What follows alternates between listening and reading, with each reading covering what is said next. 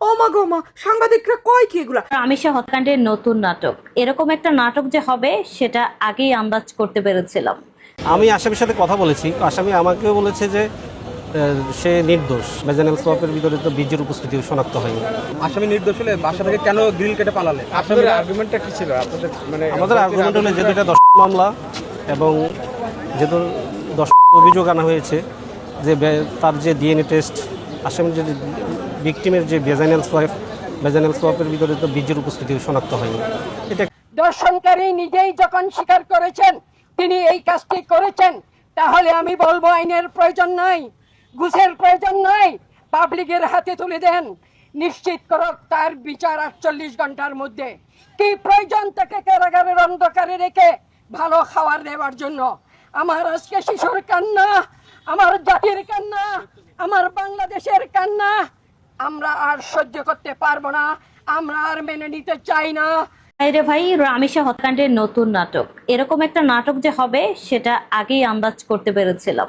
রামিসার বাবা কিন্তু যেদিন রামিসাকে দুনিয়া থেকে বিদায় করে দেওয়া হয়েছিল সেই দিনই বলেছিল এদেশে বিচার হয় না, বিগত দিনগুলোতেও হয়নি, আমার মেয়ের বিচারও আমি পাবো না, সো আমি কোনো বিচার চাই না। তো রামিসার বাবার কথাগুলোই মনে হয় মিলে যাবে। আসামের পক্ষে আইনজীবী দাঁড়াইছে, আমি অবাক হয়ে যাই। ওই আইনজীবীর উদ্দেশ্যে আমি বলতে চাই, আপনি কত টাকা জীবনে ইনকাম করেছেন আর ভবিষ্যতে কত টাকাই বা ইনকাম করবেন? কবরে তো আর পকেট নাই, আপনি এই টাকা কবরেও নিয়ে যেতে পারবেন না। কথা হচ্ছে এই উকিলের মেয়েকে যদি অ্যাপ করা হইতো, এই উকিলের বউকে, এই উকিলের মাকে যদি এই টাইপের কিছু করা হইতো, এই উকিল কি কখনো রেপিস্টের পক্ষে দাঁড়াইতে পারতো? এই টাইপের উকিলরা উকিল নামটাকে একদম কলঙ্কিত করে ফেলছে। এই টাইপের উকিলদের থুতু মারা উচিত। এই যে রামিসা হত্যাকাণ্ডের ধর্ষক সোহেল, সে নিজেকে নির্দোষ দাবি করেছে, সেটা আবার অকপটে সোহেলের আইনজীবী বলতেছে আসামি তো নিজেকে নির্দোষ দাবি করেছে। আসামি কি কখনো বলবে যে আমি এই করেছি সেই করেছি? কিন্তু এই সোহেল কিন্তু ফার্স্ট টাইম সবকিছু স্বীকার করেছিল, কিন্তু এখন আবার সোহেল সবকিছু অস্বীকার করতেছে। এখন সোহেল আবার নতুন করে একটা নাম আনছে, ডলার, যে আমি শুধু ধর্ষণ করেছি, ডলার সবকিছু করেছে। এই সোহেল নাকি 2 লক্ষ টাকার বিনিময়ে একটা ফুলের মতো মেয়েকে দুনিয়া থেকে বিদায় করে দিয়েছে। এই টাইপের সোহেলদের কোনো ক্ষমা নেই। এরা যেই টাইপের যেই অভিব্যক্তি আনুক না কেন, এই টাইপের কথাবার্তার কোনো মূল্যায়ন করা উচিত না। এই সোহেলের আমরা ফাঁসি চাই। এই সোহেল যাই বলুক না কেন, ওর কথাগুলো শোনার তো কোনো দরকার নাই, যা দেখার আমরা তো দেখেছি।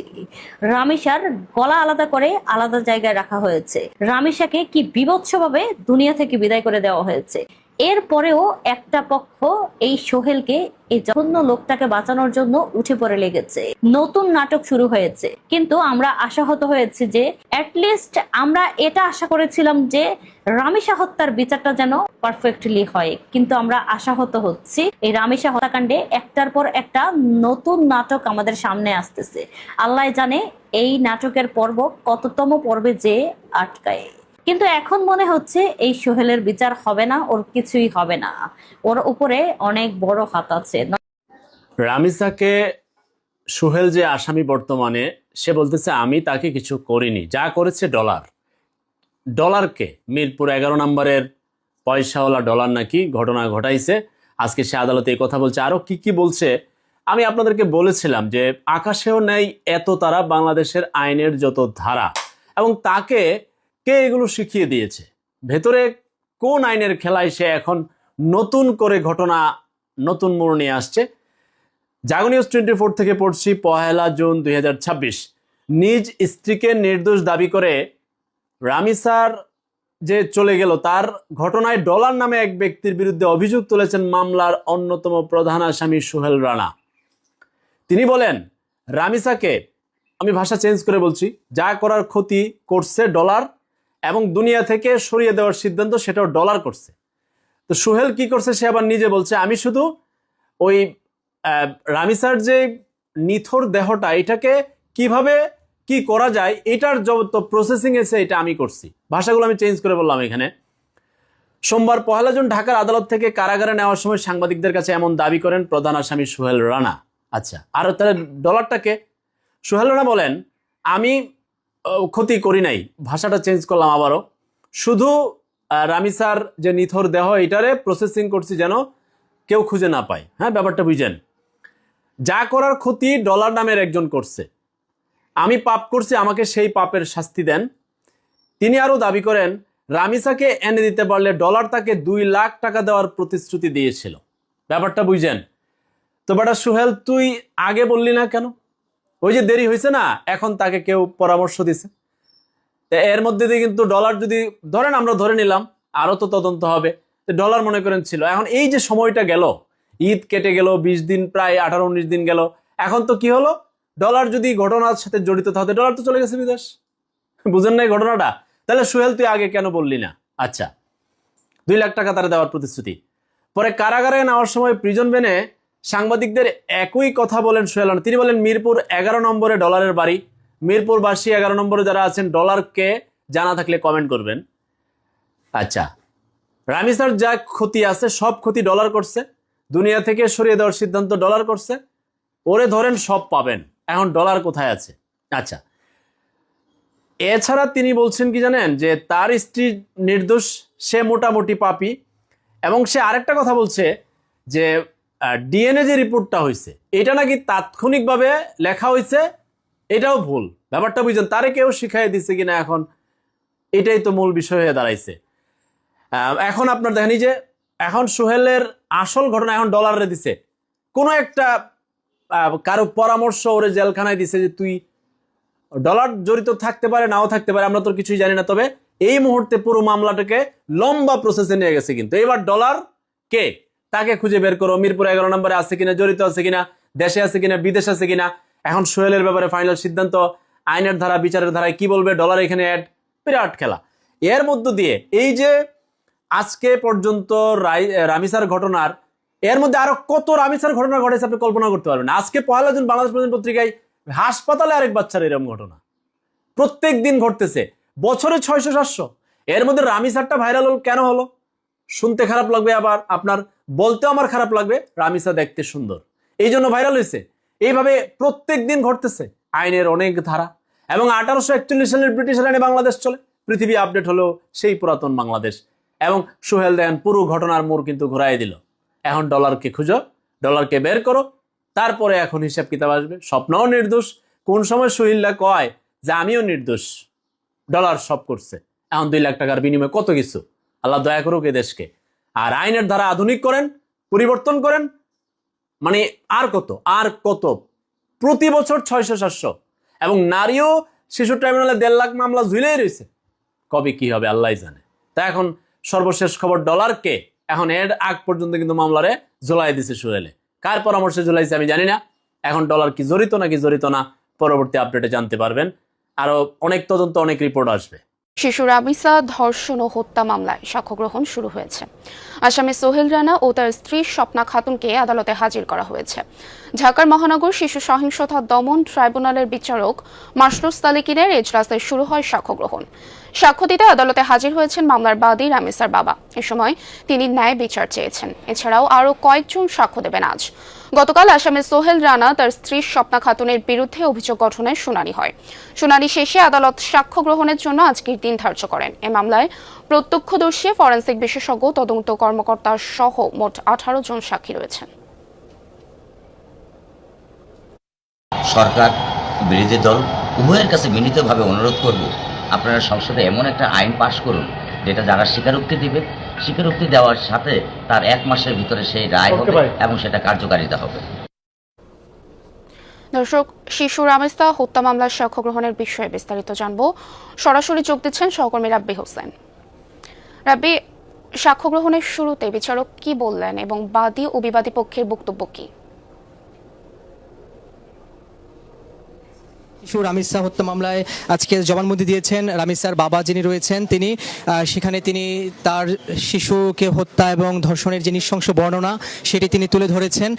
কিছুক্ষণের আগেই শিশু রামিসার বাবার যে জবানবন্দি শেষ হয়েছে এবং তাকে জেরা করেছেন স্টেট ডিফেন্স। আমরা পুরো বিষয়টা যদি বলি যে আদালতে যখন শিশু রামিসার সাক্ষ্যগ্রহণ শুরু হয়, প্রথমেই এই মামলার যিনি পাবলিক প্রসিকিউটর আজিজুর রহমান দুলু, তিনি আদালতকে একটি বিষয়ে নজরে আনেন যে আসামি সোহেল রানা তিনি যে বিভিন্ন এই আদালতে আসার পথে এবং এজলাসে ওঠার পথে তিনি যেই নানা ধরনের বক্তব্য দিয়েছিলেন গতকাল এবং আজকে, সেটি যাতে কোনোভাবেই প্রচার না করা হয়, সেটি যাতে এই মামলার বিচারে বিলম্ব করতে এবং মামলাকে ভিন্ন খাতে প্রবাহিত করতে তিনি যে বক্তব্য দিচ্ছেন সেটি যাতে প্রচার না করা হয়, পাশাপাশি আমি আসামির সাথে কথা বলেছি, আসামি আমাকেও বলেছে যে সে নির্দোষ। ভেজানেল সোয়াপের ভিতরে তো বীজের উপস্থিতি শনাক্ত হয়নি। আসামি নির্দোষ হলে বাসা থেকে কেন গ্রিল কেটে পালালেন? আপনাদের আর্গুমেন্টটা কি ছিল আপনাদের মানে আমাদের আর্গুমেন্ট হলো যেহেতু এটা 10 মামলা এবং যেহেতু 10 অভিযোগ আনা হয়েছে যে তার যে ডিএনএ টেস্ট, আসামির যে ভিকটিমের যে ভেজানেল সোয়াপের ভিতরে তো বীজের উপস্থিতি শনাক্ত হয়নি। এটা একটা গুরুত্বপূর্ণ বিষয়। আর যেহেতু এই মামলাগুলো চাক্ষু সাক্ষী ছিল না, আমরা এই জন্য অব্যাহতি চেয়েছি। ডিএনএ থেকে এই আসামির সাথে ক্রস ম্যাচিং হয়েছে কিনা, কোনো আলামত পাওয়া গেছে কিনা আসামির? না, আমি যতটুকু আমার কাছে যে রেকর্ড আছে সেই রেকর্ডে দেখা যাচ্ছে যে বীজের উপস্থিতি শনাক্ত হয়নি। আচ্ছা, আসামি বারবার বলছিলেন যে তিনি খুন করেননি এবং দর্শনও তিনি করেননি। ডলার নামে এক ব্যক্তি দর্শন করেছে এবং খুন করেছে, সেটি আমি আসামির সাথে কথা বলেছি, আসামি আমাকেও বলেছে যে সে নির্দোষ, কিন্তু ডলার বা অন্য কারো নাম আমার সাথে সে বলেনি। আমি জানি না এই বিষয়ে। সে যদি নির্দেশ হয়ে থাকে তাহলে রামিসাকে কে হত্যা করেছে? সেটা তো আসলে আদালতে বিচার বিশ্লেষণের পরে প্রমাণ হবে কে করেছে। আপনি কি মনে করেন যে তদন্ত কর্মকর্তা যে তদন্ত করে আদালতে চার্জশিট দাখিল করছে এটা সঠিক আছে? এটা এখনও বলার সুযোগ আসে নাই, ট্রায়ালে বোঝা যাবে সেটা আসলে। আচ্ছা, সোহেলের স্ত্রী তার আসলে কি দোষ এটা আপনারা কি জানেন? কতটুকু এই ঘটনার সাথে সোহেলের স্ত্রীর কতটুকু সংশ্লিষ্টতা আছে বলে আপনারা, বা আসলে তিনি নির্দোষ কিনা এটা যদি আমাদেরকে বলেন। আমি তো মনে করি সোহেলের স্ত্রী আসলে তার হাজবেন্ডকে বাঁচাতে যেয়ে হয়তো এই মামলা ভিক্টিমাইজ হয়ে গেছে। আসামির জন্য কোনো জামিন আবেদন করা হয়েছিল কিনা? আসামির জন্য আজকে কোনো জামিন আবেদন করিনি, আমরা করব। আসামি নির্দোষ হলে বাসা থেকে কেন গ্রিল কেটে পালালেন? আসলে এটা একটা যে প্রশ্ন করলেন আপনি, এটা এই মানে আমি কিভাবে বলবো সে কেন পালাইছে, সেটা তো আসলে সাক্ষ্য প্রমাণের বিষয়। এটা আসামি নির্দোষ বলছে, আমি আসামির পক্ষে, আসামি যে সাক্ষ্য প্রমাণ দেবে সেটা বিচার আমি আদালতে সে প্রমাণ। উনি হচ্ছেন সোহেল এবং তার স্ত্রীর আইনজীবী, মানে রামিসার প্রধান আসামিদের আইনজীবী হচ্ছেন উনি। দেখুন, ওনার প্রতি আপনার রাগ উঠে যাবে, কিন্তু সংবিধান বলছে যে কোনো কারণে যদি আসামির পক্ষে কোনো আইনজীবী না দাঁড়ায়, রাষ্ট্র নিজ খরচে তাকে আইনজীবী দিবে। ঠিক তাকে আইনজীবী নিয়োগ দিয়েছে রাষ্ট্র। কেন? সংবিধানের 31 অনুচ্ছেদে আছে যে তার যে আসামি থাকবে কিংবা নাগরিক তার বিচার পাওয়ার নেই, বিচার পাওয়ার অধিকার আছে। তো এখানে সংবিধান আছে, কিছু করার নাই। তো আজকে কি করলো? সোহেল বলল নির্দোষ, সোহেলের স্ত্রী বলল নির্দোষ, এবং সোহেলের আইনজীবী বলল নির্দোষ, এবং সোহেল মাঝখান দিয়ে বলে দিল যে মিরপুর 11 নম্বরের পয়সাওয়ালা প্রভাবশালী ডলার যা কিছু করেছে সে কিছু করে নাই, তাকে 2 লাখ টাকা দিবে বলে রামিসাকে তার কাছে নিয়েছিল, বাকি সব ঘটনা হ্যানতেন বলছিল। তো উকিলের একবারে বক্তব্য শুনলাম আমি ঠান্ডা মাথায়। সাংবাদিকরা প্রশ্ন করছে আর উকিল উত্তর দিচ্ছে। উকিল বলছে যে ডিএনএ রিপোর্টে আসামির পাওয়া যায় নাই, বুঝেন না, ভাষাটা আমি চেঞ্জ করলাম, পাওয়া যায় না এবং চাক্ষুষ কোনো সাক্ষ্য প্রমাণ নাই। সুতরাং তাদের যে মনোবাসনা যে সোহেল এবং তার স্ত্রী বেকসুর খালাস পাবে এবং তারা ইনোসেন্ট, এই উকিল বলতেছে, এবং এটা মিডিয়াতে প্রচার হচ্ছে। আমি ঠান্ডা মাথায় 2বার বক্তব্য শুনলাম। আবার রাষ্ট্র তাকে খরচ দিছে আইনজীবী, এটা সংবিধান বলে, কিছু তো করার নাই। আচ্ছা, এর মাঝখান দিয়া 18ই মে ঘটনা ঘটলো, 19শে মে, আজকে 1 জুন। এর মধ্যে আরও রামিসা প্রতিদিন করে 4 জন, তাহলে আপনার 4 বরং 48 জন, আরও 48টা ঘটনা ঘটছে। কারণ গড়ে 3-4 জন, বছরে 600-700, প্রতি বছর ঘটতেছে। এবং নারী ও শিশু ট্রাইব্যুনালে 1.5 লক্ষ মামলা ঝুলে রয়েছে। মাঝখান দিয়ে ইউনুস আর আসিফ নজরুল আসলো, আয়সা আবার তার একটা আইন করছে যে ডিএনএ রিপোর্ট বাধ্যতামূলক নয়, এটা উঠাই দিয়ে গেছে। কেন উঠাই দিয়েছে? কারণ ডিএনএ রিপোর্ট এখানে লোকবল সংকট নাই, এত একটা ইমার্জেন্সি পয়েন্ট, এখানে লোকবল সংকট, মেশিন নাই, তারপরে বলছে এটা ছাড়াই তোমরা বিচারাচার করো। এখন এটা অতি দ্রুত ডিএনএ রিপোর্ট করায় আমরা দেখলাম পত্রিকায় আসলো। এখন উকিল বলতেছে ডিএনএ রিপোর্ট হয় নাই, কিছু পাওয়া যায় নাই, চাক্ষুষ সাক্ষী প্রমাণ নাই, নির্দোষ। এখন আপনি কি করবেন? এখন ডলারকে খুঁজো। আমরা মানে অনুমান করেছিলাম যে সোহেলকে কেউ না কেউ শিখিয়ে দিয়েছে যে ডলারের কথা বলো, এখন ডলারকে খুঁজতে থাকো। এমনও তো হতে পারে একজন পাগলকে ধরে নিয়ে আসলো সেই ডলার, তো ডলার সব ঘটাইছে।